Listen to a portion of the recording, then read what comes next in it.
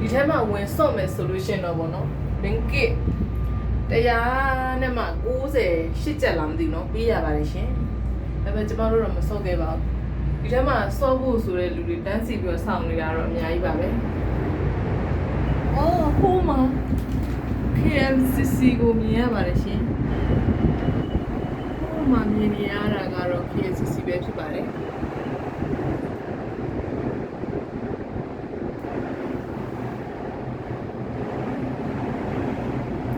ဒါတော့ကန်တင်ဟိုင်းနာကေဖေကားစီးနေတာပဲဖြစ်ပါတယ်အခုဆိုရင်တော့ကျမတို့ကအောက်ကိုပြန်ဆင်းလာခဲ့ပါပြီ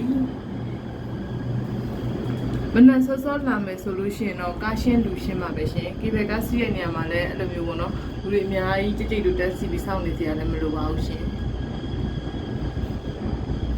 ဒါတော့ဥရှိမှများတဲ့မျိုးကတော့ KCC ပါဒါတော့တိုးရီတောင်းနေဖြစ်ပါမယ်ဒါတော့ဆွမ်းနာသွားတဲ့နေရာတော့ဒီဘက်ချမ်းပေါ့နော်ဒီနေရာပဲဖြစ်ပါတယ်။ဘယ်လိုရောက်မလဲစီလဲ။ Chinese တဲ့ဘယ်ဒါတော့ကိုဟိုဘက်မှာကျတော့မြေပြက်လွင်ပြင်းလိုမျိုးကြီးဖြစ်နေရနော်ဟိုမှာတောင်လေးတွေကဟောဒီလေကွေးဘာတွေစိုက်တာလဲမလို့တော့ဒါမဲ့ဟိုမှာကတော့ဟိုတနေ့ရိုက်တဲ့ Chinese temple ပဲဖြစ်ပါတယ်ဟိုတနေ့ဝင်တဲ့ Chinese temple ပေါ့နော်။ KCC ပါ။ဒါတော့ transit ပဲဖြစ်ပါတယ်။ဒါဆိုရင်တော့အခုဆိုလို့ရှိရင်တော့ဒါတောင်အောက်ကိုဆင်းလာပြီပဲဖြစ်ပါတယ်။ဟိုကတော့ KCC ပါ။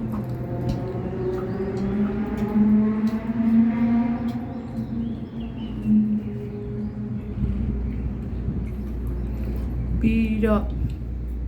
ဟိုရှိကတော့ဒါ Chinese temple ပဲဖြစ်ပါတယ်အဲ့ဒီမှာဘာရှိလဲဆိုတော့ဗုဒ္ဓရုပ်ကတော့ရုပ်ထုကြီးရှိပါတယ်တရုတ်ပုံကြောင်းပေါ့နော်ပင်ဝူခုံးတို့ဘာလို့လဲသူကအဲ့လိုမျိုးရုပ်ထုတွေနဲ့တေးချာချာလှုပ်ထားတယ်ပေါ့နော်သူ့ရဲ့ရာဇဝင်သမိုင်းတွေကိုဒါတော့တော်ရီတောင်လေးပဲဖြစ်ပါတယ်ဆောက်လက်စားကိုဆက်ဒါဆက်တော့ဆောက်လက်စကွန်ဒိုပဲဖြစ်ပါတယ်